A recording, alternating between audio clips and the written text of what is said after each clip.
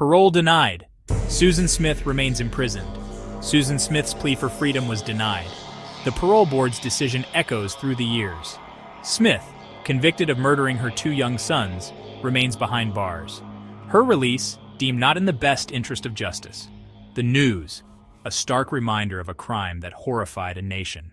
A mother's betrayal, forever etched in the annals of criminal history.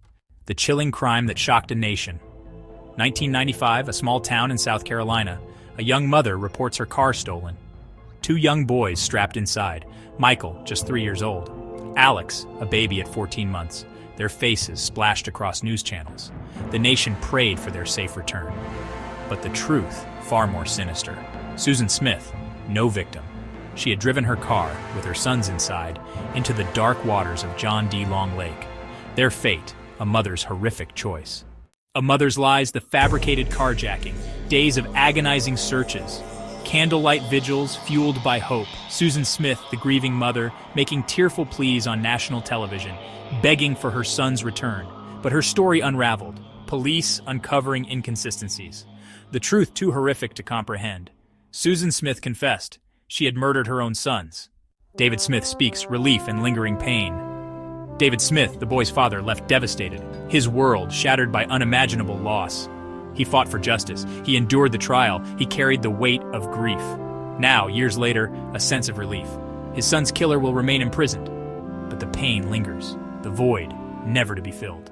Section 5 Prosecutors' Perspectives, Justice for Michael and Alex. The prosecutors, forever marked by the case. They fought for justice. They witnessed the depths of human cruelty. They carried the responsibility of seeking justice for two innocent lives. The parole denial, a victory for justice. A message. Some crimes are so heinous, forgiveness remains elusive. Michael and Alex, forever remembered. Section 6. Echoes of a tragedy, the nation's enduring shock. Susan Smith's crime, a watershed moment. It shook the nation's core, the unthinkable, committed by someone entrusted with a child's love and protection. The case, a stark reminder of the vulnerability of innocence, the capacity for evil, lurking even in the most unexpected places. Section 7. The weight of justice life behind bars for Susan Smith. Susan Smith, now decades into her life sentence, her days confined within prison walls, the consequences of her actions inescapable. The parole board's decision, a reminder. Some acts are unforgivable, the debt to society too great to erase. Section 8. No early release. The parole board's decision explained. The parole board tasked with a heavy decision. They reviewed the case. They heard from victims. They considered Susan Smith's rehabilitation.